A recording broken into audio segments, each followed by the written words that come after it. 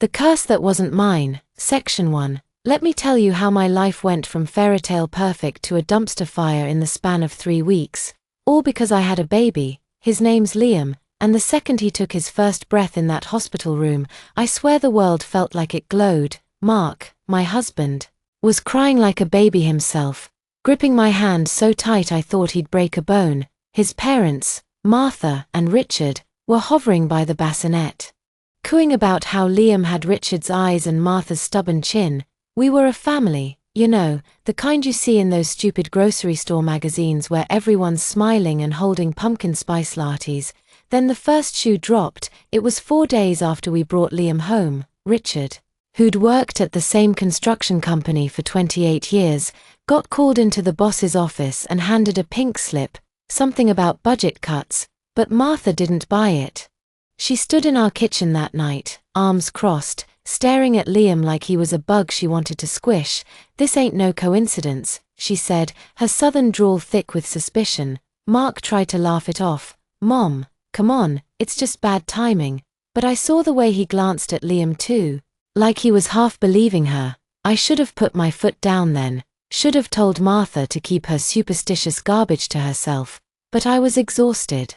Between feedings every 2 hours and the postpartum blues that made me cry if the toast burned, I didn't have the energy to fight, so I just nodded and said, "It's okay, Mark, your dad'll find something new." 2 days later, our fridge died, not just stopped cooling, completely conked out, leaking brown gunk all over the kitchen floor. We lost $200 worth of groceries, including the organic formula Liam was on because my milk never came in. Martha showed up with a casserole, burned, of course, and didn't even pretend to be sympathetic. "I told you," she said, leaning in so only I could hear, "that boy's got a dark cloud over him." Mark was getting quieter after that. He'd come home from job hunting, slump on the couch, and stare at the TV without really watching it. He stopped picking Liam up when he cried, stopped kissing me goodnight. I'd catch him whispering to Martha in the garage, their voices low and urgent. When I asked what they were talking about, he'd snap.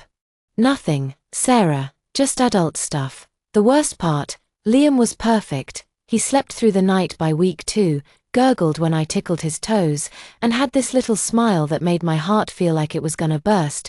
But every time something went wrong, Martha's eyes would zero in on him. Richard got a flat tire on the way to a job interview. Liam was fussing that morning. Should have known. Mark spilled coffee on his only nice shirt. "Sarah, did you let the baby touch it? You know how he is." I tried to fight back once. It was when Martha made a comment about Liam being unholy while I was changing his diaper. I stood up, hands shaking, and told her she had no right to talk about my son like that. She just smirked and yelled for Mark. When he came in, she played the victim. I was just trying to help. And she attacked me, and Mark took her side. "Sarah, Mom's just stressed," he said. "Can't you cut her some slack?" That night, I sat in the rocking chair next to Liam's crib. Watching him sleep, he looked so small, so innocent, and here we were, already being blamed for things we couldn't control. I stroked his soft brown hair and whispered, "I won't let them hurt you, I promise." But deep down, I was scared, scared that Mark was turning against us, scared that Martha's poison was seeping into our marriage. 3 days later, Mark came home with a bottle of whiskey and a scowl. He drank 2 glasses straight before slamming the bottle down on the coffee table. "The bank called," he said, his voice rough, "our savings account. There's almost nothing left. Richard borrowed money to pay the mortgage, and now we can't pay him back." He paused, then looked at me, and for the first time, I saw hatred in his eyes. "It's you too," he said, "you and Liam, you're cursed." I felt like I'd been punched in the gut. I wanted to scream, to argue, to make him see how ridiculous he was. But Liam stirred in his bassinet, and I quieted down. I couldn't let him wake up to this, so I just stood there, tears streaming down my face, as Mark stormed into the guest room and slammed the door. That night, I didn't sleep. I held Liam in my arms, listening to the rain tap against the window, and wondered how the hell we'd gotten here. 1 minute, we were a happy family. The next, we were the villains, and I knew, deep down, that this was only the beginning. Martha wasn't gonna stop until she'd run us out of the house. And if Mark kept believing her, we didn't stand a chance. Section 2. The next morning, I woke up with Liam still curled against my chest and a headache that felt like a jackhammer in my skull. The guest room door was still closed. Mark hadn't come out all night. I carefully set Liam in his bassinet and tiptoed to the kitchen, hoping to make some coffee before the chaos started. No such luck. Martha was already there, leaning against the counter with a mug in her hand, staring at me like I'd just spit in her coffee. "He told you, then," she said, taking a slow sip. Her voice was cold, no trace of the fake sweetness she'd used before Liam was born. I grabbed the coffee pot, my hands shaking so bad I almost dropped it. "Mark's wrong," I said, my voice barely above a whisper. "Liam's not cursed. This is just a rough patch." Martha laughed, a sharp, bitter sound. "A rough patch, honey. We haven't had a rough patch this bad since Richard's brother got arrested for embezzlement. And you know what fixed that? We cut him out of our lives. Maybe we need to do the same here." My blood ran cold. "You're talking about my son. I'm talking about saving my family," she shot back. "Mark's falling apart. Richard can't find a job. This house is gonna get foreclosed on if we don't fix this, and you and that baby are the problem." Just then, Mark stumbled into the kitchen. His eyes bloodshot, his hair a mess. He didn't look at me, didn't even glance at Liam, who'd started to coo in the living room. He just grabbed Martha's coffee mug and chugged what was left. "Mark, tell her," Martha said. "Tell her we can't keep living like this." He finally looked at me, and his face was so empty it scared me. "Mom's right, Sarah. We need to separate, just for a while, until things get better." "Separate," I repeated. "You mean kick me and Liam out?" "I didn't say that," he mumbled, looking at his feet. "But maybe you could stay with your mom for a few weeks, or your sister." My mom had died when I was 19. My sister, Emily, lived in Seattle with her husband and 3 kids. Their house was so small they slept 2 to a bedroom. There was no way we could stay there. Mark knew that. He just didn't care. "I can't," I said, "and I'm not leaving Liam, not ever." Martha stepped forward, her face red with anger. "You're being selfish. Can't you see what you're doing to this family? Mark's losing his mind. Richard's depressed. All because of that baby. Don't you dare talk about him like that," I yelled, for the first time since this started. I didn't hold back. "Liam's a baby. He didn't do anything wrong. Your husband lost his job because the company was downsizing, not because of my son.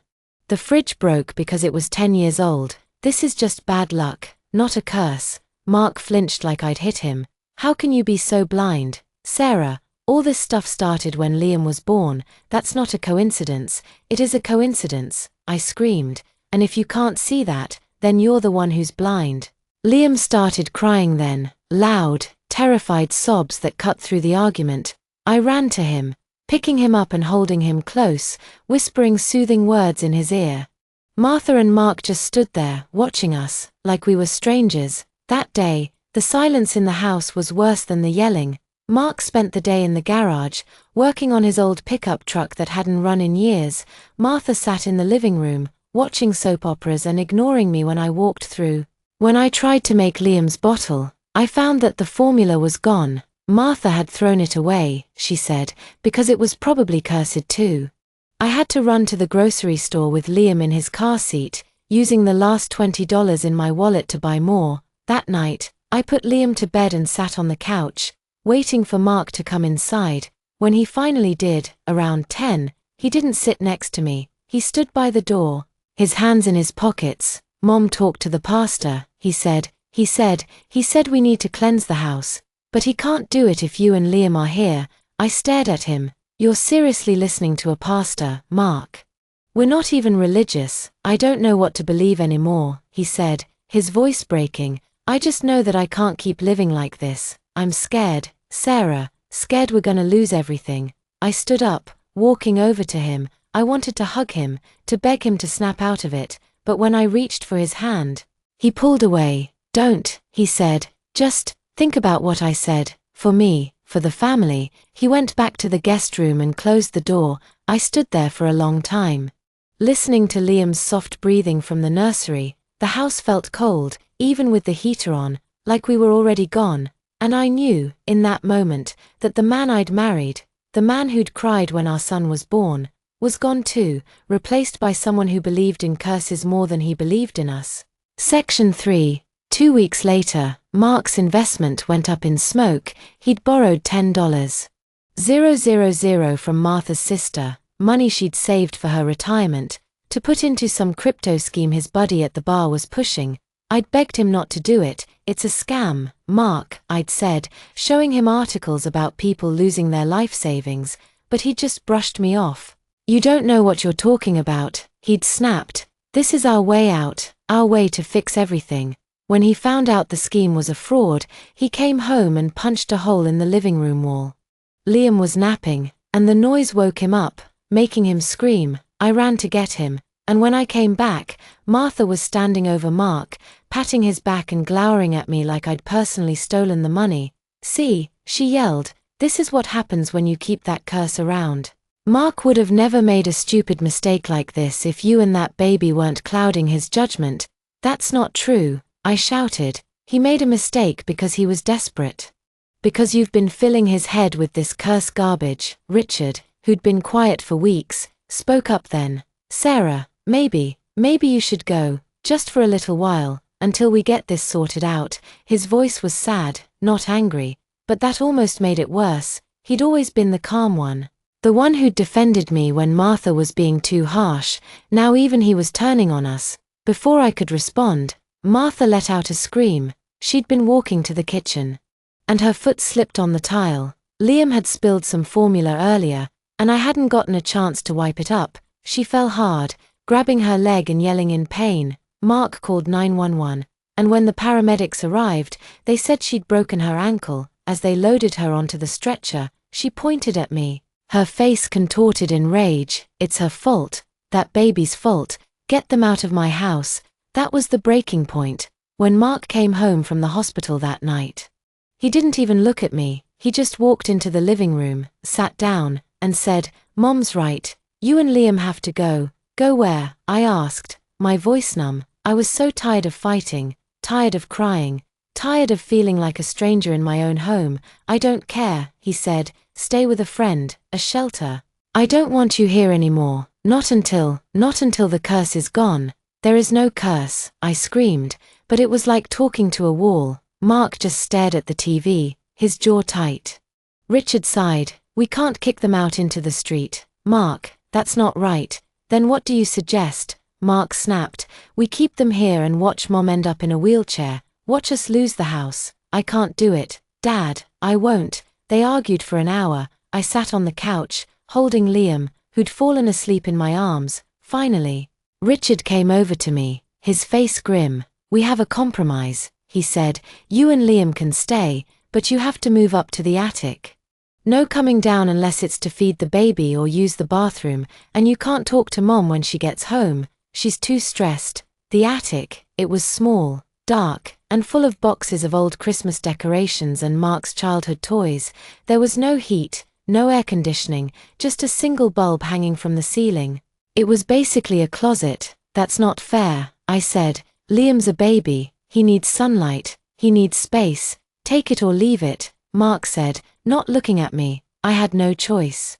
I couldn't take Liam to a shelter. I couldn't ask my sister to take us in. She was already struggling. So that night, I carried Liam up the narrow stairs to the attic, a pillow and a blanket tucked under my arm.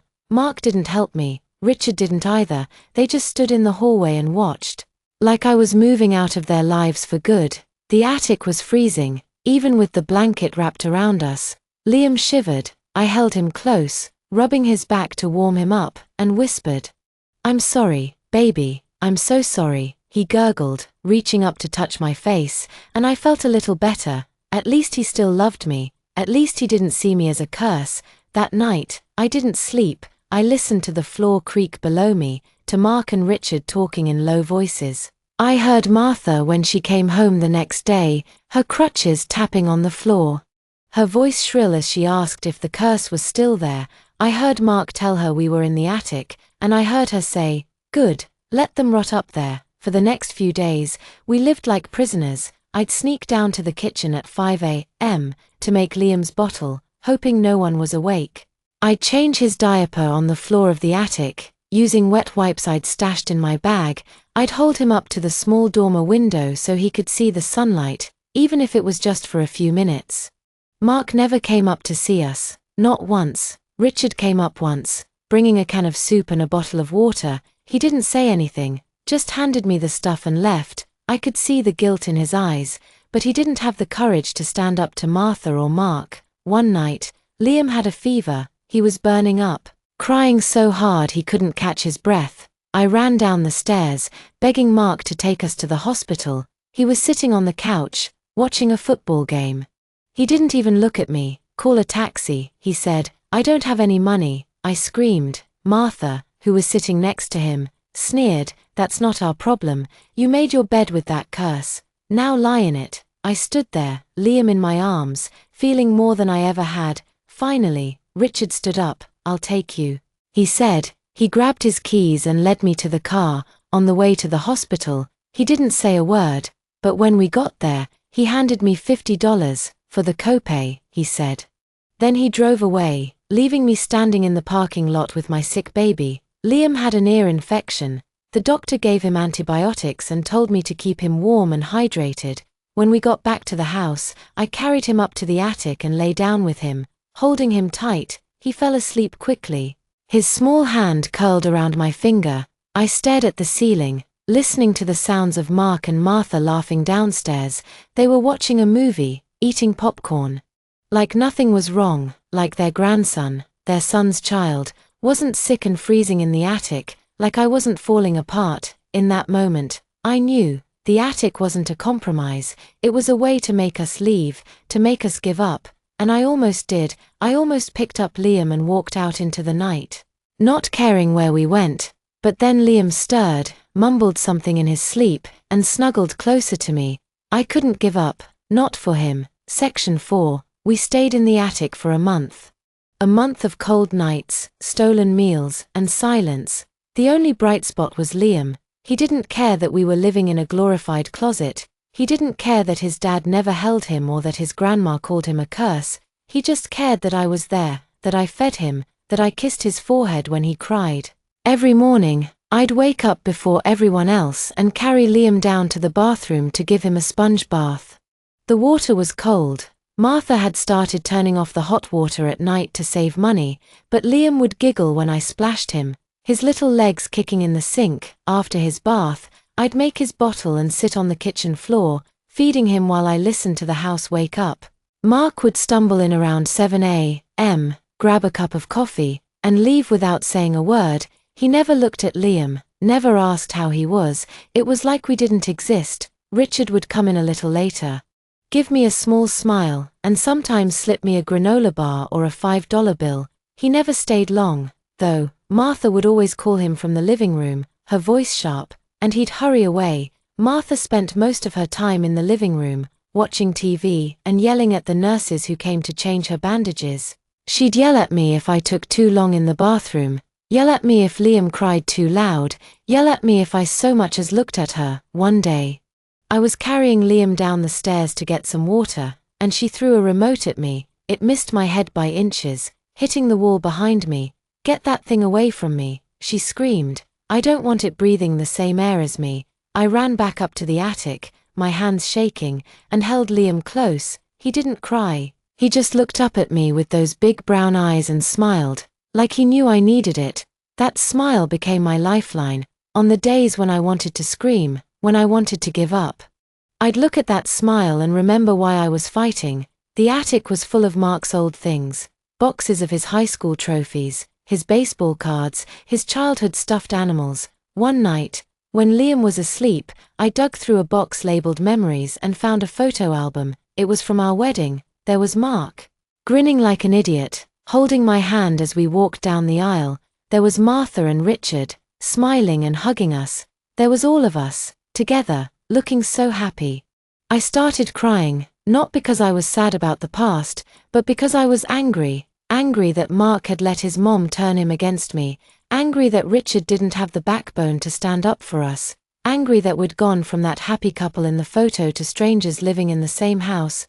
Liam woke up, crying softly, and I wiped my tears and picked him up. "It's okay, baby," I whispered. We're gonna get out of here, I promise." That same week, Richard got a part-time job at a hardware store. It didn't pay much, but it was something. He came up to the attic that night, a little less guilty-looking than usual. "I got paid," he said, handing me $20. "Buy Liam some new formula. The stuff you're using is cheap, probably not good for him." I took the money, my throat tight. "Thank you," I said. He nodded, then hesitated. "Sarah, I'm sorry about all this. She's always been superstitious. When Mark was a kid, she thought a black cat crossed his path and made him fail his math test. She never grows out of it. This isn't just superstition," I said. "She hates Liam, she hates me, and Mark's letting her." Richard sighed. "Mark's scared, he doesn't know how to fix things, so he's blaming the easiest thing to blame." "I'm not a thing," I said. "I know," he said. "I'll talk to him. I'll try to make him see reason." He never did. The next day, Martha found out he'd given me money and screamed at him for an hour. I heard her from the attic. "You're enabling that curse. You're gonna get us all killed." And then I heard Richard yell back. It was the first time I'd ever heard him raise his voice at her. After that, he didn't come up to the attic anymore. He didn't even look at me when I passed him in the hallway. Liam started teething that week. He was fussy all day, chewing on his fist and crying. I didn't have any teething rings. Martha had thrown away all of Liam's toys, saying they were contaminated, so I had to give him a cold washcloth to chew on. It helped a little, but not much. He cried all night, and I cried with him, because I couldn't make him feel better, because I was stuck in that attic, with no money, no help, and no way out. At 3 a.m., there was a knock on the attic door. I froze. I thought it was Martha, come to yell at us for being too loud, but when I opened the door, it was Mark. He was standing there, holding a teething ring in his hand. It was blue, with little rubber spikes, Liam's favorite. "I found it in the garage," he said, his voice quiet. "I forgot I put it there when we moved in." I stared at him. I didn't know what to say. For a second, I thought he was gonna apologize, gonna hold me, gonna tell me he was sorry for everything.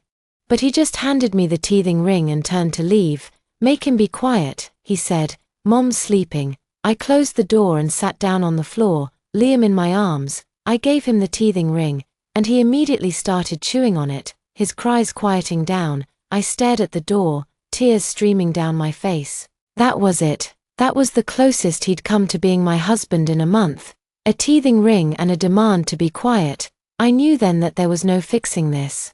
Mark wasn't coming back, not the man I married, not the man who'd cried when Liam was born. He was gone, lost to his mom's paranoia and his own fear, and if I stayed in that attic any longer, I'd lose myself too. That night, I made a plan. I'd save up the money Richard had given me, plus any other cash I could scrounge up. I'd wait until Martha and Mark were asleep, then I'd grab Liam and my bag and leave. I didn't know where I'd go, but anywhere was better than that attic.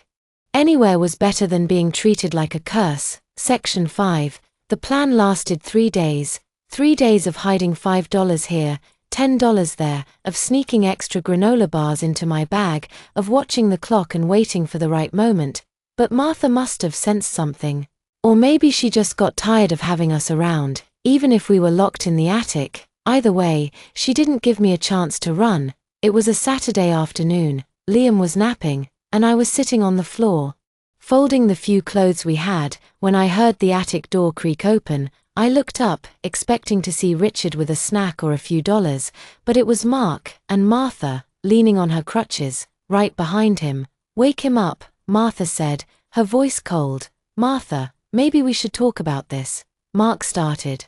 But she cut him off. "Wake him up," she repeated. "We're done playing games." I hesitated, then gently shook Liam awake. He stirred, rubbing his eyes, and looked up at me with a sleepy smile. When he saw Mark and Martha, though, he frowned and snuggled closer to me. He was only 3 months old, but he already knew they didn't like him.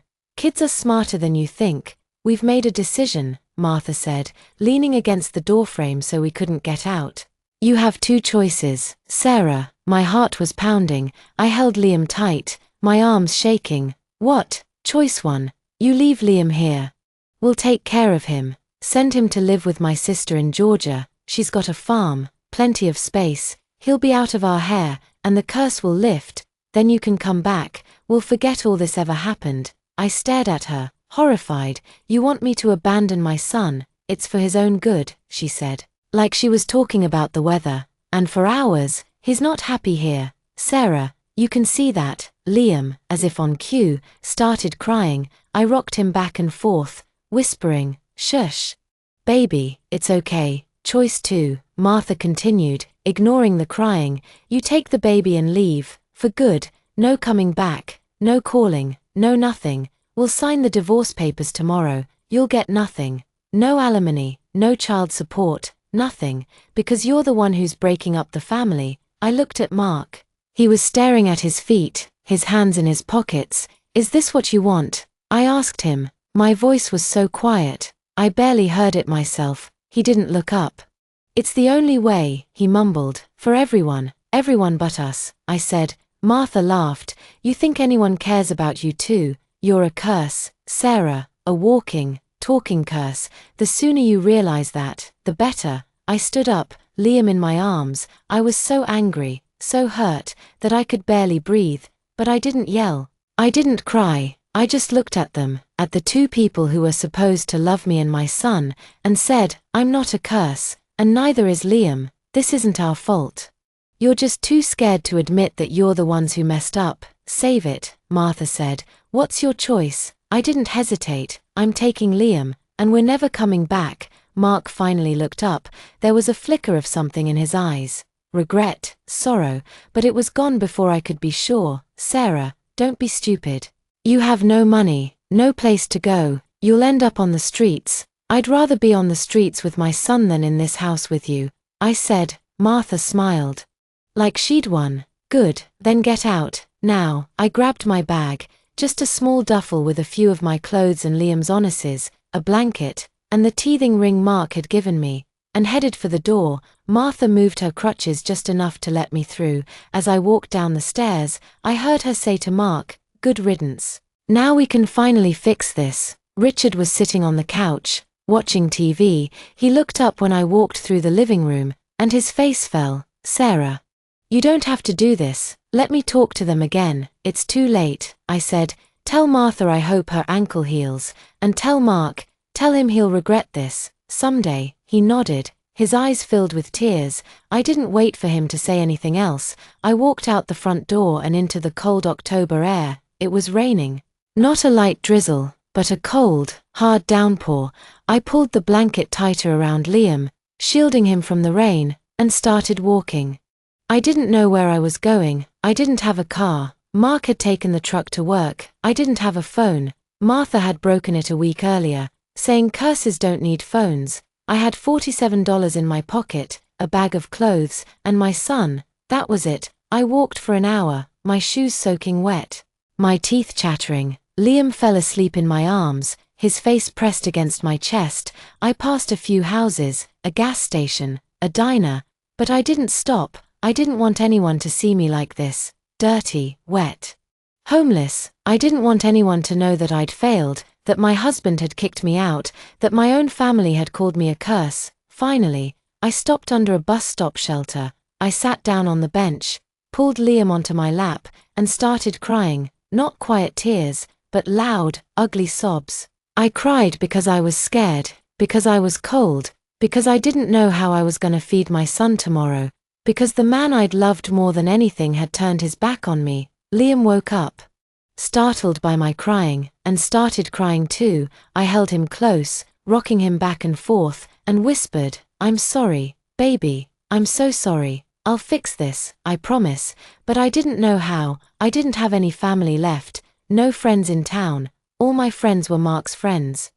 And they'd stopped talking to me when Martha started spreading rumors about the curse. I sat there for a long time, watching the rain fall. The sun went down, and the air got colder. Liam fell asleep again, his small body warm against mine. I looked down at him, at his soft brown hair and his chubby cheeks, and felt a spark of determination. I wasn't gonna let him down. I wasn't gonna let Mark and Martha win. I was gonna find a way to take care of us, even if it killed me. Just as I was about to stand up and keep walking, a car pulled up to the bus stop. It was an old pickup truck, rusted around the edges, with a Gone Fishing sticker on the back window. The window rolled down, and a man's face appeared. He was old, maybe 60 or 70, with grey hair and a bushy beard.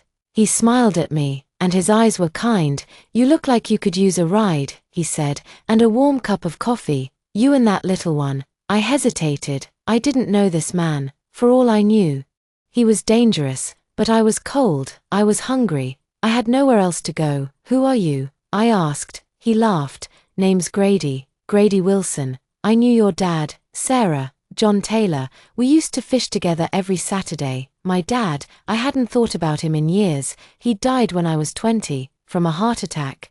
I'd forgotten he'd ever mentioned a Grady. "Get in," Grady said. "I won't hurt you, I promise." I looked down at Liam, then back at Grady. I took a deep breath and opened the door. Section 6. Grady's truck smelled like pine and fish bait, but it was warm. He turned up the heater and handed me a blanket from the back seat. Thick, woolen, and smelled like sunshine. "Wrap that around the little guy," he said. "Can't have him catching a cold." I did as he said, tucking the blanket tightly around Liam. He stirred for a second, then snuggled deeper, his breath slow and steady. I leaned back against the seat, closing my eyes for a second. It was the first time I'd felt safe in weeks. "Where to?" Grady asked, pulling away from the bus stop. I opened my eyes. "I don't know," I said. "Nowhere, really." He glanced at me in the rearview mirror. "Your dad told me about you, said you married a nice kid. Mark, right, works construction." I nodded, my throat tight. "Yeah, that's Mark. What happened?" he asked. He didn't sound nosy, just concerned. I told him, not all of it, just the highlights: Liam being born, the bad luck starting, Martha calling us a curse, the attic. The choice between Liam and Mark. I didn't cry. I was too tired to cry. I just stared out the window, watching the raindrops slide down the glass. When I finished, Grady was quiet for a minute. Then he said, "Martha's always been a piece of work. Your dad used to say she'd blame a tornado on a butterfly if it flew past her house." I laughed. It was a small, hollow sound, but it was the first time I'd laughed in weeks. "He's not wrong. Mark's a good kid, though," Grady said. "A little weak-willed when his mom's around, but good. He'll regret this someday." "I know," I said, "but it doesn't matter now. I just need to take care of Liam." Grady nodded. "You're staying with me until we figure something out." I got a guest room. Small, but clean, hot water, a real bed, better than that attic, I bet. I stared at him. "You don't have to do that. I don't want to be a burden." "Burden," he said, laughing. "Honey, I live alone in a house that's way too big. I could use the company, and that little guy, he's gonna keep me on my toes. My grandkids live in California, so I don't get to see him much." I didn't know what to say. No one had been this kind to me in months. Mark, Richard, Martha, they'd all turned their backs on me, but Grady, a man I barely knew, was offering me a roof over my head. "Thank you," I said, my voice breaking. "Don't mention it," he said. "Now, let's get some food. I'm starving, and I bet you haven't eaten since this morning."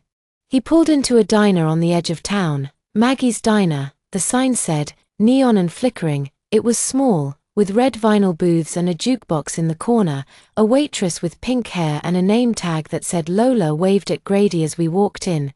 "Grady, long time no see," she said. "Who's this pretty lady and the little cutie?" "This is Sarah, John Taylor's daughter," Grady said, "and her son, Liam. They're staying with me for a while." Lola's smile faded a little. "Oh. I heard about what happened with Mark and his mom. That's a load of crap, if you ask me. Martha's always been full of it." I blinked. "You heard about it, honey. This town's smaller than a mosquito's brain." Lola said, "Martha's been telling everyone you're cursed, said you made her break her ankle, made Richard lose his job, even said you hexed Mark's crypto thing." She rolled her eyes. "No one believes her, though. Well, except Mark and Richard, I guess." I felt a little better. At least not everyone in town thought I was a monster. Lola showed us to a booth and handed me a menu. "Get whatever you want. Sarah, it's on the house. You don't have to." "I know I don't," she said, "but I want to." John was a good man. He'd do the same for me. I ordered a burger and fries, and Grady got a stack of pancakes. While we waited, Lola brought over a warm bottle of milk for Liam. "We keep 'em for the regulars kids," she said, "and a cup of coffee for me." It was hot, sweet, and exactly what I needed. As I fed Liam the milk, Grady talked about my dad, about the time they'd caught a 10-pound bass and celebrated by getting ice cream at 2 a.m., about how my dad had cried when I graduated high school, about how he'd worried about me when I married Mark, not because Mark's a bad kid, but because Martha's a handful. He said, "It felt good to talk about my dad, to remember him as more than just the man who died when I was young, to hear stories I'd never heard before." After we ate, Grady drove us to his house. It was a small, white house on the edge of town, with a porch swing and a garden full of sunflowers. "My wife, Clara, planted those," he said, pointing to the garden. "She loved sunflowers, said they're always looking up, no matter what. Clara had died 5 years ago. He told me, from cancer. They'd been married 40 years, best 40 years of my life," he said, smiling. He showed me to the guest room. It was small, with a twin bed, a dresser, and a window that looked out at the garden. There was a crib in the corner. "Clara kept it for the grandkids," he said. "It's clean, I promise. Washed the sheets yesterday." I put Liam in the crib, and he fell asleep immediately. I sat down on the bed, staring at him. For the first time in months, I didn't feel like I was fighting alone. Grady was here, Lola was here, even the memory of my dad was here, pushing me forward. Grady knocked on the door a few minutes later, holding a mug of tea. "Chamomile," he said, "helps you sleep." I took the mug, thanking him. He sat down on the edge of the bed, looking at Liam. "He's a good kid," he said. "Looks like your dad, same eyes." I smiled. "Yeah, everyone says that." We sat there for a while, quiet. Then Grady said, "You know, Sarah, I don't believe in curses, never have, but I do believe in old houses, and that house of Mark's, well, it's got a history." I frowned. "What do you mean?" "That house was built in the 1920s, he said, "used to be a speakeasy during Prohibition. Then, in the 50s, it was a boarding house for drifters. A lot of bad things happened there, Sarah. Fights, deaths, even a murder. Back in 1963, your dad and I used to talk about it. He always said that house had bad energy, that it never felt right." I stared at him. I'd never heard any of that. Mark had never mentioned it. Martha and Richard had never mentioned it. "You think the house is the problem?" I asked. "Not Liam and me." Grady shrugged. "I don't know, but it's a hell of a coincidence, don't you think? All this bad luck started when you moved in with Mark, when Liam was born." "Sure, but maybe it was just the last straw. Maybe that house was waiting for an excuse to start acting up." I thought about it, about how cold the house always was, even in the summer, about how the lights would flicker for no reason, about how Liam would cry every time we put him in his nursery, like he was scared of something. "I never thought about that," I said. "Well, think about it," Grady said. "I'll do some digging, talk to a few people, see what I can find out about that house. Maybe there's a reason all this stuff is happening, and maybe it's not you." He stood up and headed for the door. "Get some sleep, Sarah, you've earned it." I nodded, watching him leave. I looked at Liam, sleeping peacefully in the crib, and then at the mug of chamomile tea in my hand. For the first time in months, I felt a glimmer of hope. Maybe Grady was right. Maybe it wasn't us. Maybe it was the house, and if that was true, then Mark and Martha were wrong. So wrong, and someday I was gonna prove it to them. Section 7. The next morning, I woke up to the smell of bacon and coffee. I stretched, my muscles sore from sleeping in a real bed for the first time in weeks, and smiled. Liam was still asleep in the crib, his little chest rising and falling steadily. I leaned over and kissed his forehead, then tiptoed out of the room. Grady was in the kitchen, cooking at the stove. He was wearing a flannel shirt and jeans, and he had a newspaper spread out on the table. "Morning," he said, turning around. "Bacon and eggs okay? I didn't know what you liked." "It's perfect," I said. "Thank you." I sat down at the table and picked up the newspaper. The front page had a story about a local business closing, Mark's old construction company. I noticed with a pang. I flipped to the local section, and my heart stopped. There was a picture of Martha, sitting in a wheelchair, outside the county courthouse. The headline read, Local woman sues hospital for negligent care after ankle surgery. Saw that this morning, Grady said, setting a plate of bacon and eggs in front of me. Martha's suing the hospital because her ankle's not healing right, says they messed up the surgery. I shook my head. Of course she is. She never takes responsibility for anything. Grady laughed. Tell me about it.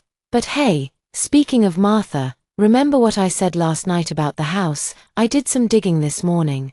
Called my buddy, Tom, who works at the town hall. He's got all the old records. I perked up, pushing my plate of bacon aside. What did he say? Did he find anything? Grady poured himself a cup of coffee and sat down across from me. He found more than I thought he would. That house on Oak Street. You guys called it home. Right. Built in 1927 by a guy named Alvin Carter. Ran a speakeasy in the basement during Prohibition. Got raided by the feds in 1933. And Alvin shot himself in the living room instead of getting arrested.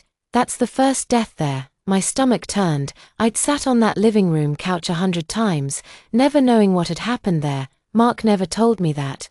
Doubt he knew, Grady said.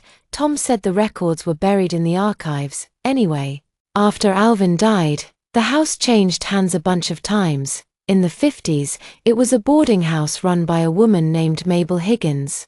3 guys got into a knife fight there in 1957. 1 died. Then, in 1963, a tenant hanged himself in the attic. That's the murder I mentioned last night, though Tom said it was actually a suicide. Still, bad juju either way. I thought about the attic, the cold, the silence, the way Liam would cry if I left him there even for a minute. It wasn't just the lack of heat. There was something off about that space, something that made the hair on the back of my neck stand up. What about after that?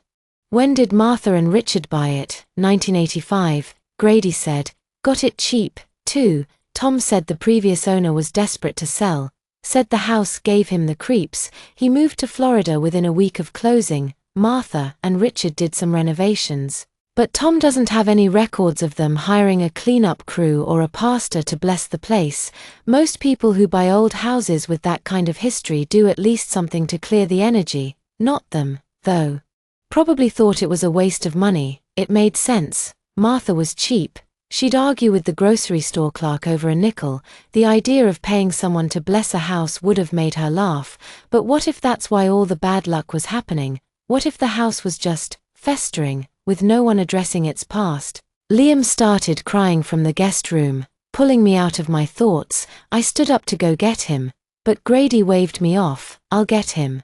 You finish eating. You need your strength. I sat back down, watching Grady walk down the hallway. He returned a minute later, holding Liam against his chest, bouncing him gently. Liam's cries had stopped. He was staring up at Grady, his little hand wrapped around Grady's beard. Grady laughed, tickling Liam's tummy. Hey there, little guy. You hungry? Your mom's got milk, or formula. I guess. My throat tightened. It was the first time a man other than Mark had held Liam, had wanted to hold him. Mark had stopped picking him up months ago, too scared of catching the curse. But Grady didn't care about curses. He just saw a baby who needed a hug. I fed Liam while Grady told me more about the house. Tom had found police reports, old newspaper clippings, even a few letters from previous owners complaining about strange noises and cold spots. One woman wrote to the town hall in 1972, saying her toddler would scream every time they put him in the nursery, just like Liam had. Said the kid kept pointing at the wall and saying man. Grady said, creepy, huh? After breakfast, Grady suggested we go to the town hall to see the records for ourselves. Tom said we can look through the files, photos, reports, everything. Might help you feel like this isn't all in your head. I hesitated. Going back into town meant running the risk of seeing Mark or Martha, but I needed to know the truth. For Liam, for myself. Okay, I said, but can we take your truck? I don't want anyone to see me walking around with Liam. Absolutely, Grady said. We'll take the back roads, and if we see Martha, I'll tell her you're here to serve her with a lawsuit for being a witch. That'll scare her off. I laughed, a real laugh, not the hollow one from the diner. It felt good. Like a weight was lifting, even if just a little. We left an hour later, Liam fast asleep in his car seat. Grady took the back roads, just like he said. dirt roads lined with oak trees and cornfields. We passed a few farms, a couple of abandoned barns, but no one we knew. When we got to town hall, Tom was waiting for us at the door. He was a short, round man with glasses and a bald head, wearing a flannel shirt that matched Grady's. "Sarah," he said, shaking my hand, "your dad was a good man. I'm sorry about what's been happening to you." "Thank you," I said. "Grady told me you have some records for me to see." "Follow me," Tom said. He led us to a back room filled with filing cabinets and boxes. Dust motes danced in the sunlight streaming through the window. I pulled everything I could find on 123 Oak Street. "Take a seat. This might take a while." He handed me a stack of folders. The first one was labeled 1927 to 1933, Alvin Carter. Inside were old police reports, a copy of Alvin's obituary, and a photo of the house when it was first built. It looked different then. White paint, a porch swing, a garden in the front yard.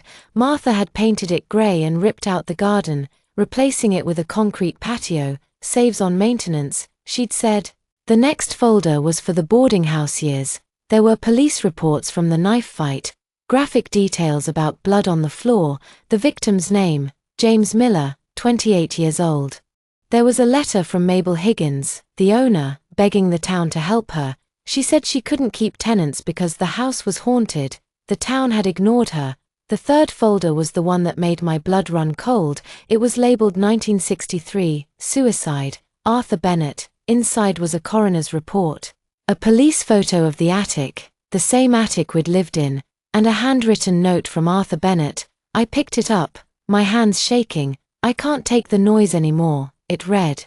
"The whispers, the cold, it's driving me crazy. I'm sorry." Grady put his hand on my shoulder. "You okay?" I nodded, wiping my eyes. "That's the attic we stayed in. Liam and I slept there for a month." Tom sighed. "I'm sorry, Sarah. I wish I'd known about this before. If I'd realized you were living there, I would have said something." "It's not your fault," I said. "No one knew, not even Mark." We stayed at town hall for 2 hours, going through every file. By the time we left, I was convinced the house was the problem, not Liam, not me. All the bad luck, all the strange feelings, it was the house, holding on to its dark past. On the way home, Grady stopped at Maggie's diner for lunch. Lola brought us a high chair for Liam. "Found it in the back," she said, winking, and sat down with us for a few minutes. "Heard you were at town hall," she said. "Tom called me, said you found some interesting stuff." I nodded. "The house has a lot of history, bad history." I knew it. Lola said, "My grandma used to live on Oak Street. She said that house was cursed, but not the way Martha thinks. She said it was the house itself, not the people in it. She refused to walk past it after dark." It was reassuring to hear someone else say it. I wasn't crazy. I wasn't a curse. The house was just a place that had seen too much pain, too much death. When we got home, I put Liam down for a nap and sat on the porch swing with Grady. The sun was shining, the sunflowers were blooming. And for the first time in months, I felt at peace. "What do I do now?" I asked. "Do I tell Mark? Do I try to prove it to him?" Grady thought for a minute. "Mark's gotta come to you. He's too deep in Martha's lies right now. If you go to him, he'll think you're just trying to get back at him. But if things keep getting worse at that house, he'll start to question. He'll start to wonder if maybe he was wrong." I nodded. He was right. Mark was stubborn. He'd never listen to me now. But if the bad luck continued, if Martha's lawsuit failed, if Richard lost his job again, he might start to see the truth. That night, I put Liam to bed and sat by the window, watching the sunset. Grady had given me a photo of my dad, him and Grady, holding up a big bass, grinning like idiots. I traced my dad's face with my finger. I found the truth. "Dad," I whispered, "it wasn't us, it was the house. I'm gonna prove it. For Liam, for you." Just then, my phone rang.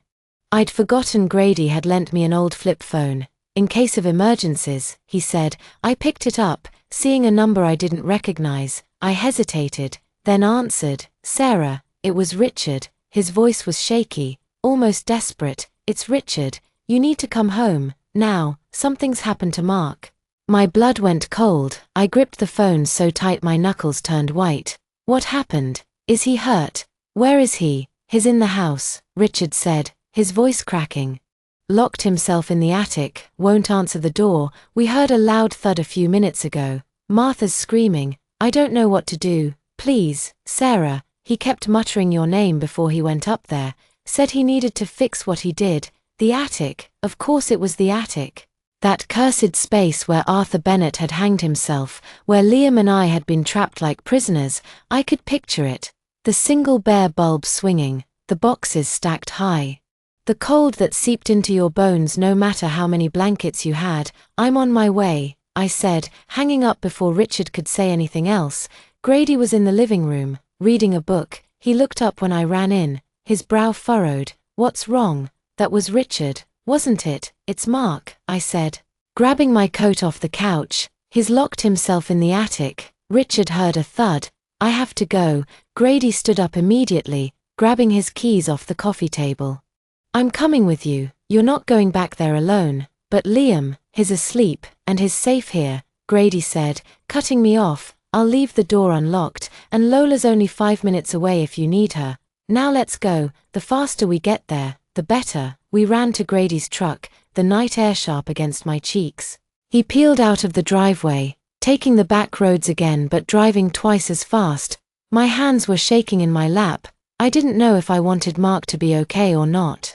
Part of me hated him for what he'd done, for kicking us out, for calling Liam a curse, for letting Martha turn him into a stranger. But another part of me, the part that still remembered our wedding day, our first date, the way he'd held me when my dad died. Couldn't bear the thought of him hurt. When we pulled up to the house on Oak Street, my stomach flipped. It looked darker than I remembered, the grey paint blending into the night.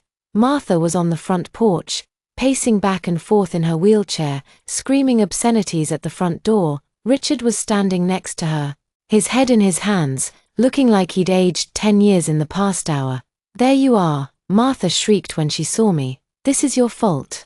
You and that cursed baby drove him to this. I knew you'd come back to destroy us. Shut up, Martha, Grady said, stepping in front of me. Where's Mark? Attic, Richard said, looking up. His eyes were red-rimmed. Went up there about an hour ago, said he needed to talk to someone. I thought he meant Sarah. But then he locked the door. We heard a crash, like something fell. We've been yelling at him, but he won't answer. I pushed past Martha and Richard, rushing into the house. It smelled the same. Dust, old carpet, Martha's lavender perfume. But colder, like the air itself was holding its breath. The stairs to the attic were in the hallway, narrow and creaky. I started climbing, my heart pounding in my ears. Grady followed behind me, his hand on my shoulder to steady me. Mark. I called when I reached the top. The attic door was closed, our old brass lock on the outside. One I'd never seen before. Mark, open the door, please, talk to me. There was no answer. Just silence, the kind of silence that makes your imagination run wild. Images of Mark lying on the floor, hurt, alone. I banged on the door, my fist aching. Mark, I'm here. Whatever it is, we can fix it. No, we can't, a voice said from the other side. It was Mark's, but it sounded different. Hoarse, broken. I messed up, Sarah. So bad, I didn't listen to you. I let Mom turn me against you, against my own son. Tears stung my eyes. I know, but we can fix it, together. Just open the door. You don't understand, he said. This house, it's not you. It's never been you. I found the letters, the ones from the previous owners, the woman who wrote about her kid screaming in the nursery. That was Mom's sister. She lived here in the 70s. Mom knew. She always knew. She just blamed you because it was easier. My jaw dropped. Martha had known. All this time, she'd known the house was the problem. But she'd chosen to blame Liam and me instead. It was worse than I thought. She wasn't just superstitious. She was cruel. Mark, that's not your fault, I said. You were scared. She manipulated you. It is my fault, he said. I put you and Liam in that attic. I let you freeze. I let Mom call my son a curse. And now I hear them, the whispers, just like the letters said. They're telling me I'm a monster, that I deserve to be here. There's no one there, Mark, Grady said, stepping forward. That house is just full of bad memories. It's not haunted, it's just sad. Let us help you. You can't help me, Mark said. I tried to hang myself. The beam broke. That's the thud you heard. I'm so weak, I can't even do that right. Panic surged through me. I grabbed the doorknob, shaking it. Mark, don't you dare talk like that. Open this door right now. Liam needs his dad. I need you to be okay. There was a long silence. Then, the sound of a lock clicking. The door creaked open, and I saw Mark standing there. He looked terrible, pale, unshaven. His eyes bloodshot. There was a rope on the floor behind him, and a splintered beam above his head. My stomach turned. He looked at me, then at Grady, then at his hands. I'm sorry, he whispered. I'm so sorry. I stepped forward, and for a second, I didn't know if I should hug him or slap him. But then he started crying, loud, ugly sobs, and I pulled him into my arms. He clung to me like a child, his body shaking. Grady stepped back, giving us space, but I could feel his eyes on us. Warm and steady. We're gonna get you out of here, I said, pulling away to look at him. You're not staying in this house. Not anymore. Mom won't let us leave, he said. She says the house is hers, that we can't abandon it. Let her try to stop us. Grady said, I know a lawyer, a good one. She'll get this house off your hands in a week, and if Martha tries to fight it, we'll tell everyone about the letters, about how she knew the house was bad and blamed it on a baby. Mark nodded. Wiping his eyes, I have the letters, in my pocket. I was gonna show you. Before I messed up, Martha's voice echoed up the stairs. Mark, Sarah, what's going on up there? Open this door. Mark flinched. I took his hand, squeezing it. You don't have to be scared of her anymore, not with us. We walked down the stairs together, Mark's hand in mine. Martha was standing at the bottom, her face red with anger. When she saw Mark, she stopped yelling, her eyes widened, and for a second, I saw fear in them. She knew we'd found out. What's wrong with you? She snapped, trying to sound tough. Why are you with her? She's the reason. Shut up, Mom, Mark said. His voice was quiet, but it was firm. I'd never heard him talk to her like that before. I have the letters, Aunt Linda's letters. You knew this house was bad. You knew. And you blamed Sarah and Liam anyway. You're the curse, not them. You. Martha's mouth dropped open. She looked at Richard, who was standing behind her. His arms crossed. Richard, tell him he's wrong. Tell him. He's not wrong, Martha, Richard said. I found the letters too, years ago. I didn't have the courage to say anything. I'm sorry, Sarah. I'm sorry for everything. Martha stared at them, then at me, then at the floor. For a minute, I thought she'd cry. But then she lifted her chin, her eyes hardening. You'll regret this, she said. All of you. This house will never let you go. We'll take our chances, Grady said. Now. Mark's gonna pack a bag. He's staying with me until we can get this sorted out. And if you so much as call Sarah or Liam a curse again, I'll make sure everyone in town knows what you did. Martha didn't say anything else. She just turned around and wheeled herself into the living room, slamming the door behind her. Mark packed his bag quickly. Just a few clothes, his wallet, the letters. When we walked out of the house, he didn't look back. Grady drove us home, and the whole way.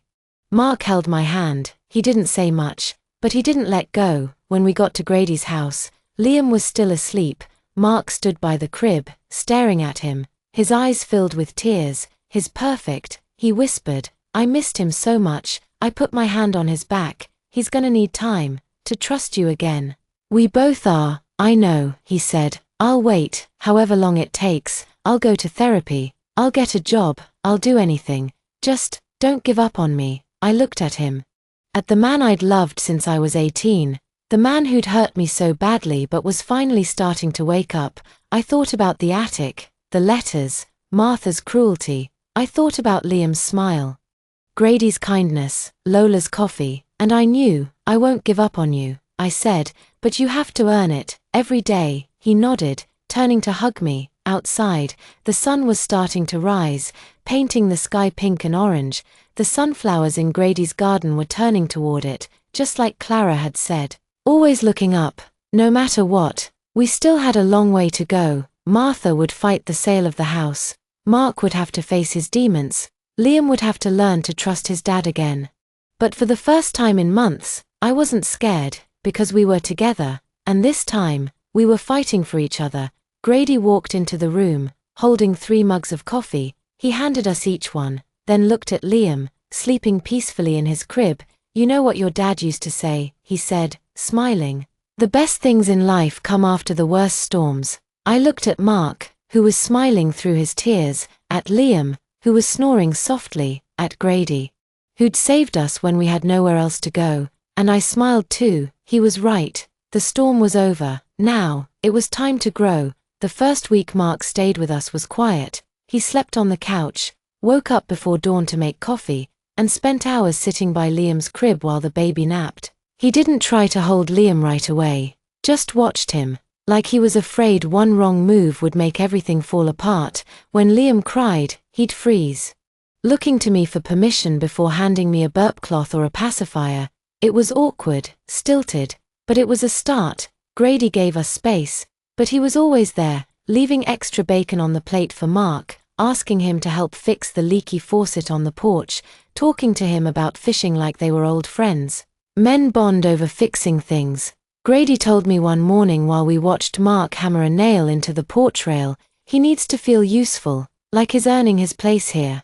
He was right. By the second week, Mark was helping with Liam's bedtime routine, singing off-key lullabies that made Liam gurgle, changing diapers without flinching, even giving him a sponge bath, though he still got water everywhere. One night, I walked into the guest room to find Mark sitting in the rocking chair, Liam curled against his chest, both of them fast asleep.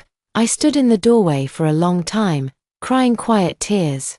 It was the first time I'd seen my husband and son look like a family in months. Meanwhile, Martha's lawsuit against the hospital fell apart. The judge threw it out after the nurse who'd treated her testified that Martha had refused to follow the physical therapy instructions. She said the therapy was cursed. The nurse told the court, and the whole room laughed. Martha left the courthouse in a huff, yelling that everyone was out to get her. The local paper ran a small article about it with the headline "Cursed Lawsuit Dismissed." Lola taped a copy to the diner's bulletin board. Mark went to see Martha once. A week after the lawsuit failed, he took the letters from Aunt Linda with him, the ones that proved she'd known about the house's history. He didn't tell me what they said, just came home with red eyes and a tight jaw. "She didn't apologize," he said, sitting down next to me on the porch. "Said I was brainwashed by you and Grady, but she agreed to sell the house, said she never wanted to set foot in it again." Grady's lawyer handled the sale. It took 2 months. Most people didn't want a house with such a dark past, but finally, a young couple from Chicago bought it. They were historians, fascinated by the speakeasy in the basement, and planned to restore it to its 1920s glory. "We love old houses with stories," the wife told me when we met them for the closing. "Even the sad ones, they're just waiting to be loved again." On the day the sale closed, Mark and I drove by the house on Oak Street one last time.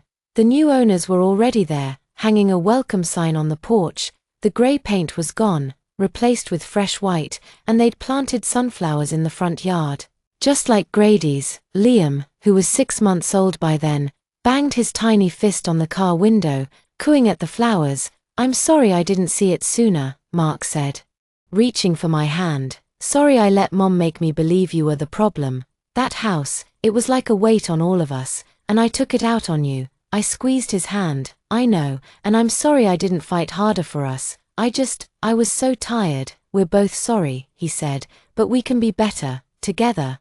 We moved into a small house on the other side of town a month later. 3 bedrooms, a big backyard, and no dark history. Grady helped us paint the nursery yellow.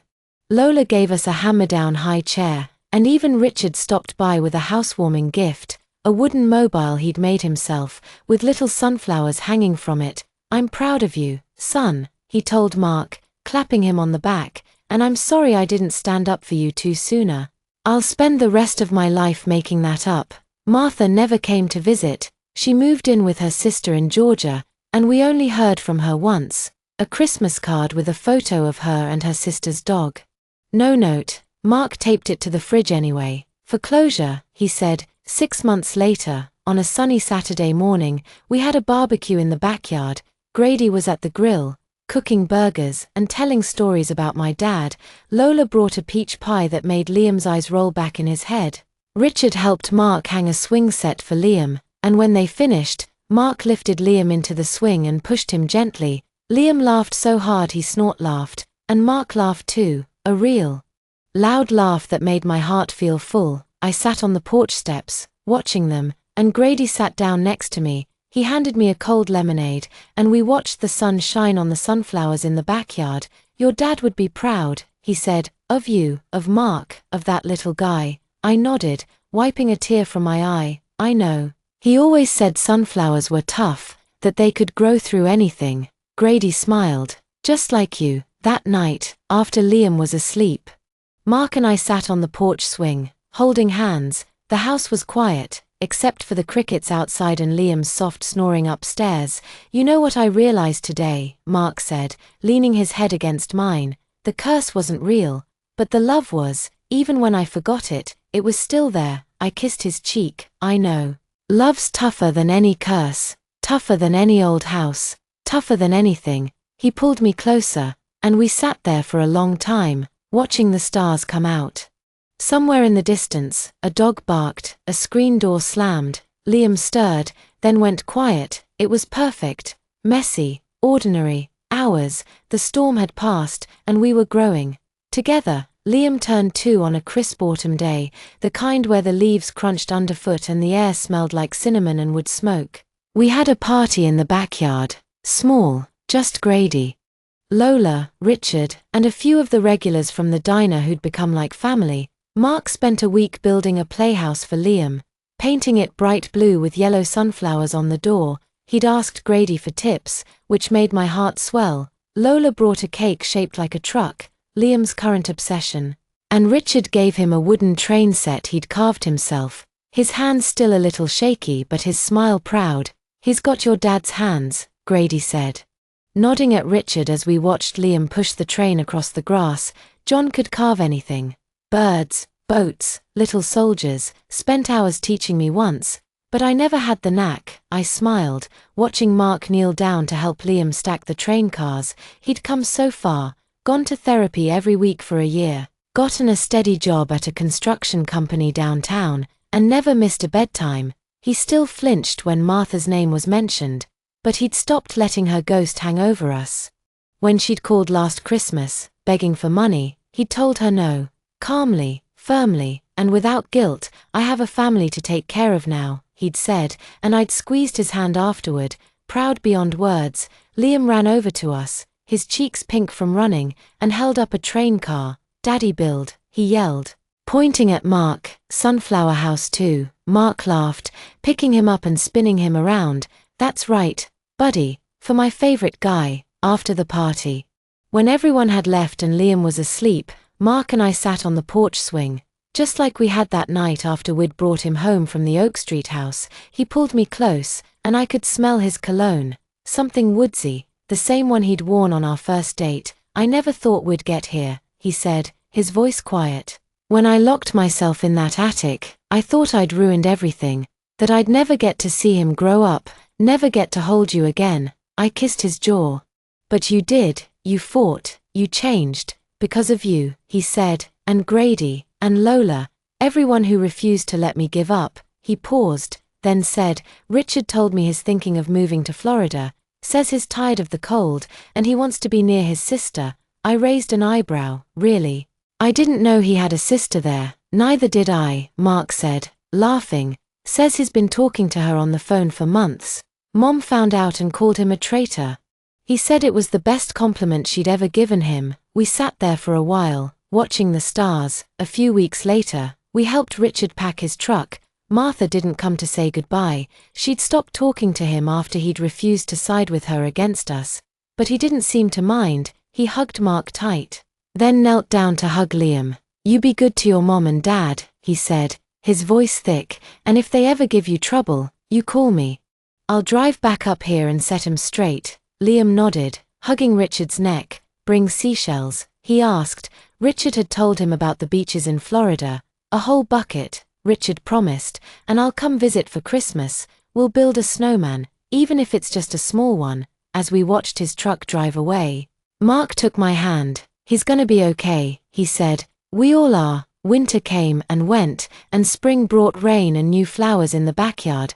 Liam started preschool. And every morning, Mark walked him to the bus stop, holding his hand and listening to him ramble about trucks and dinosaurs. One afternoon, Mark came home from work with a big smile on his face.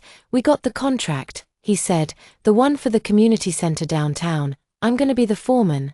I threw my arms around him, laughing. "That's amazing. I knew you would be." Liam, who'd been playing with his train set on the floor, looked up. "Daddy boss?" he asked. "Yeah, buddy," Mark said. Picking him up, "Daddy's gonna be the boss, and when it's done, we'll go there and play on the playground. They're gonna have a slide as big as a mountain." That summer, Grady got sick, nothing serious, just a bad case of pneumonia, but it scared us. Mark stayed with him in the hospital every night, bringing him soup from Lola's diner and reading him old fishing magazines. I took Liam to visit every afternoon, and Grady would smile and tell him stories about my dad. Even when he was too tired to talk much. "Your mom was a stubborn kid," he told Liam one day, his voice weak but warm. "Refused to learn how to fish because she said it was boring. Your grandpa spent 3 weekends trying to teach her, and she finally caught a minnow. She cried because she thought it was a baby fish, and made him let it go." Liam laughed, and Grady winked at me. "Just like her mom," he said, "tough on the outside, soft on the inside." Grady recovered, and by fall, he was back to fishing every Saturday. Mark started joining him, and sometimes Liam and I would go too, sitting on the bank and watching them cast their lines. Liam would bring his toy truck, pushing it through the dirt while we ate peanut butter sandwiches and listened to the birds. "Your dad would have loved this," Grady said one afternoon, nodding at Mark and Liam. Mark was showing Liam how to hold a fishing rod, even though it was too big for him. And Liam was giggling as the line flopped into the water. I smiled, watching them. I know he would. That Christmas, Richard came to visit. He brought Liam a bucket of seashells, just like he'd promised, and helped Mark hang Christmas lights outside. We had dinner at Lola's diner. She closed it early just for us, and ate turkey and pie until we were stuffed. On Christmas Eve, we sat around the tree, Liam opening his presents while Grady told stories about his and Clara's first Christmas together. "We had $5 to spend," he said. "I bought her a sunflower seed packet, and she bought me a fishing hook. We thought we were rich." After Liam went to bed, we sat by the fire, drinking hot cocoa. Richard pulled out a photo album, one he'd found in his attic, he said, and showed us pictures of Mark as a kid, covered in mud from playing football, sitting on Martha's lap at the beach. She was smiling, which surprised me. "She wasn't always like this," Richard said, "quiet, when Mark was little. She was good, kind, but after her sister died, Aunt Linda, the one who lived in the Oak Street house, she changed, got scared, started looking for someone to blame." Mark stared at the photo, his jaw tight. "I never knew that," he said. "She never talked about Aunt Linda, just said she moved away." "She couldn't," Richard said. "Aunt Linda killed herself, in that attic, same as Arthur Bennett. Martha found her. It broke her. She started believing in curses because it was easier than believing her sister was gone." There was a long silence. I looked at Mark, and I saw sadness in his eyes. Not anger, just sadness. "I feel sorry for her," he said finally. "She missed out on so much, on Liam, on us." Richard nodded. "Me too, but it's her choice. She's always been too stubborn to let go of the past." The next year, Liam turned 4. He started asking questions about the Oak Street house. He'd heard Mark and Grady talking about it once, and I told him the truth, as gently as I could. "It was a sad house," I said, "full of bad memories, but we left it behind, and now we have this house, this family." He nodded, then grinned. "With sunflowers," he said. "We'd planted a row of them along the fence that spring, just like Grady's." "With sunflowers," I agreed, "always with sunflowers." That summer, the community center opened. Mark stood on the stage, giving a speech, while Liam sat on my lap, clapping wildly. Grady was sitting next to us, wiping a tear from his eye, and Lola was taking pictures with her old Polaroid camera. Afterward, we walked around the playground, Liam running ahead to the slide Mark had built. "Daddy made this," he yelled, sliding down and running back up again. "Best slide ever." Mark put his arm around me, kissing my forehead. "We did good," he said. "We did. We'd fought, we'd fallen, we'd gotten back up, we'd lost people, but we'd gained more. Grady, Lola, a second chance at happiness. The Oak Street house was just a memory now, a reminder of how far we'd come. The curse had never been real. Love was, family was, the sunflowers, turning toward the sun no matter what. That night, as I tucked Liam into bed, he grabbed my hand and pulled me close. "Tell me the sunflower story," he said. It was his favorite, about Clara planting the first sunflowers, about Grady keeping them alive after she died, about how we'd planted our own to remember her. I told him, my voice soft. When I finished, he smiled, his eyes heavy with sleep. "I love you, Mom," he said. "I love you too, baby," I said. Kissing his forehead, I walked out into the hallway, where Mark was waiting. He took my hand, and we walked to the porch, sitting on the swing. The sun was setting, painting the sky pink and orange. And the sunflowers in the backyard were turning toward it, bright and tall. "You know what I was thinking," Mark said, leaning his head against mine. "What? That maybe we should get a dog. Liam's been asking, and I think it's time, add one more to our little family." I laughed, squeezing his hand. "I think that's a great idea." We sat there for a long time, watching the stars come out. Somewhere in the distance, a dog barked, a screen door slammed. Liam stirred, then went quiet.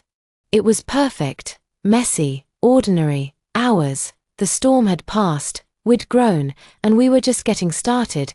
We found him at the animal shelter the following Saturday, a scruffy golden retriever puppy with one floppy ear and a white patch on his chest that looked like a tiny sunflower. Liam had knelt down in front of his crate, and the puppy had immediately nuzzled his hand, tail wagging so hard his whole body shook. "His name is Sunny," Liam announced. Like it was the most obvious thing in the world, Mark and I exchanged a look. How could we say no? Bringing Sunny home was chaos in the best way. He chewed on Liam's train tracks, peed on the living room rug, twice, and stole a sock from the laundry basket that he carried around like a trophy. Mark spent an evening building a dog bed out of an old crate and some blankets, and Liam insisted on tucking a stuffed sunflower toy next to him every night. "He needs a friend," he explained. Like Sunny wasn't already attached to his ankle every time he moved, Grady came over the next day to meet the new addition, and Sunny immediately climbed into his lap, licking his beard. "Looks like he's got good taste," Grady laughed, scratching the puppy's ears. "John always said golden retrievers were the best. Loyal, gentle, good with kids. This one's a keeper." Lola brought over a bag of homemade dog treats. "My grandson's dog goes crazy for these," she said, and stayed to watch Liam teach Sunny to sit. It took 20 minutes and 3 treats. But when Sunny finally plopped down on his haunches, Liam cheered so loud he woke up the neighbor's cat. "He did it. He's a genius," he yelled, wrapping his arms around the puppy's neck. Sunny fit into our family like he'd always been there. He walked with Mark and Liam to the bus stop every morning, sitting patiently while Liam hugged him goodbye. He curled up at my feet while I folded laundry. And he even learned to help Mark with the grill, though his version of helping mostly involved begging for scraps. On weekends, we'd take him to the park, where Liam would chase him around the playground while Mark and I sat on a bench, drinking coffee and watching them. That fall, Liam started kindergarten. He was nervous on the first day, clinging to Mark's hand and hiding behind his leg when the teacher introduced herself. But when Sunny nudged his hand and gave him a lick on the cheek, Liam took a deep breath and stepped forward. "This is Sunny," he told the class, like the puppy was his official sidekick. By the end of the day, he came home chattering about his new friends and how he'd told them all about the sunflower dog at his house. Mark's community center was thriving. He'd hired a few kids from the local high school to help with after-school programs, and he'd even started a Dad and Me workshop where fathers and sons built birdhouses and wooden cars. One Saturday, Liam and I went to visit, and we found Mark on the floor, helping a group of kids paint a mural on the wall. Sunflowers, of course. Liam wanted it to match our backyard, he said, grinning when he saw us. Liam ran over, grabbing a paintbrush, and Sunny curled up next to the paint cans, watching over them like a guard dog. Grady's health had been good, but he'd started talking about moving into a smaller house. "Too many stairs," he said. Mark and I offered to help him look, but he waved us off. "I've got a plan," he said mysteriously. A month later, he invited us over for dinner, and we found him sitting on the porch with a real estate agent. "I'm selling this place," he said, "and buying a condo down the street from you. Figured I'd be closer to my favorite people. And Sunny, of course." Liam screamed with joy and tackled Grady in a hug. "You can come over every day," he said. "We can play fetch with Sunny, and you can tell me stories about Grandpa John." Grady moved in 3 months later. His condo was on the first floor, with a small patio where he planted sunflowers in pots. Every morning, he'd walk over with a thermos of coffee and a donut for Liam, and he'd stay to play fetch with Sunny while I got ready for the day. On weekends, we'd all go fishing. Grady, Mark, Liam, and even Sunny, who'd sit on the bank and watch for fish, his tail wagging whenever someone cast a line. Christmas that year was the biggest yet. Richard came down from Florida, bringing his sister, Aunt Mabel, who'd never met us before. She was warm and funny, nothing like Martha, and she immediately fell in love with Liam and Sunny. "Richard's told me so much about you," she said, hugging me. "I'm sorry Martha's been such a handful. She's always been stubborn, but she missed out on a wonderful family." We had dinner at our house that night. Mark cooked the turkey, Lola brought the pie, Grady made his famous mashed potatoes, and Richard and Aunt Mabel brought a huge jar of homemade pickles. Liam sat at the head of the table, wearing a paper crown he'd made at school, and Sunny lay under the table, waiting for crumbs. After dinner, we sat around the fire, telling stories and drinking hot cocoa. Richard pulled out the photo album again, and Aunt Mabel pointed to a picture of Martha as a young girl, holding a sunflower. "That was the summer before Linda died," she said softly. "She was happy then. I wish she could be happy now." Mark nodded. "Me too, but we can't fix her. We can only fix us." A few weeks later, we got a letter from Martha. It was short, just a few lines, but it was the first time she'd ever apologized. "I saw the article about the community center," she wrote. "The mural is beautiful. I'm sorry I didn't see the truth sooner. I'm sorry I hurt you. Maybe one day we can talk." Mark and I read it together, sitting on the porch swing. Sunny was curled up at our feet, and Liam was inside, playing with Grady. "What do you think?" Mark asked. I thought about all the pain she'd caused, all the nights I'd spent in that attic, all the times I'd worried about Liam, all the years Mark had spent healing, but I also thought about the photo of her as a young girl, holding that sunflower, about how grief had turned her bitter. "Maybe," I said, "but not yet. When Liam's ready, when we're ready." Mark squeezed my hand. "Whenever that is, we'll do it together." Spring came, and the sunflowers in our backyard bloomed taller than ever. Liam, who was 6 now, helped me plant new seeds every weekend, and Sunny would dig holes next to him, pretending to help. Grady would sit on the porch, watching us, and tell stories about Clara. "She'd love this," he said one day. "All of it. The sunflowers, the puppy, the little boy who thinks he's a gardener." That afternoon, Liam came running over to us, holding a sunflower he'd picked. "Look," he said, "it's the biggest one. We should give it to Aunt Mabel. She's leaving tomorrow." We took the sunflower to her that evening. She cried when she saw it, and she hugged Liam tight. "I'll keep it on my windowsill," she said, "and every time I look at it, I'll think of you." As we walked home, Liam held Mark's hand, and Sunny trotted beside them. The sun was setting, painting the sky pink and orange, and the sunflowers in our backyard were turning toward it, bright and tall. I looked at my family, Mark, Liam, Grady, even Sunny, and I felt a peace I'd never known before. The curse had never been real. The storm had passed, and we were growing, together, one sunflower at a time. That night, as I tucked Liam into bed, he grabbed my hand and pulled me close. "Tell me the sunflower story," he said, just like he always did. I told him about Clara, about Grady, about how sunflowers always turn toward the sun. When I finished, he smiled, his eyes heavy with sleep. "I love you, Mom," he said. "I love you too, baby," I said, kissing his forehead. I walked out into the hallway, where Mark was waiting.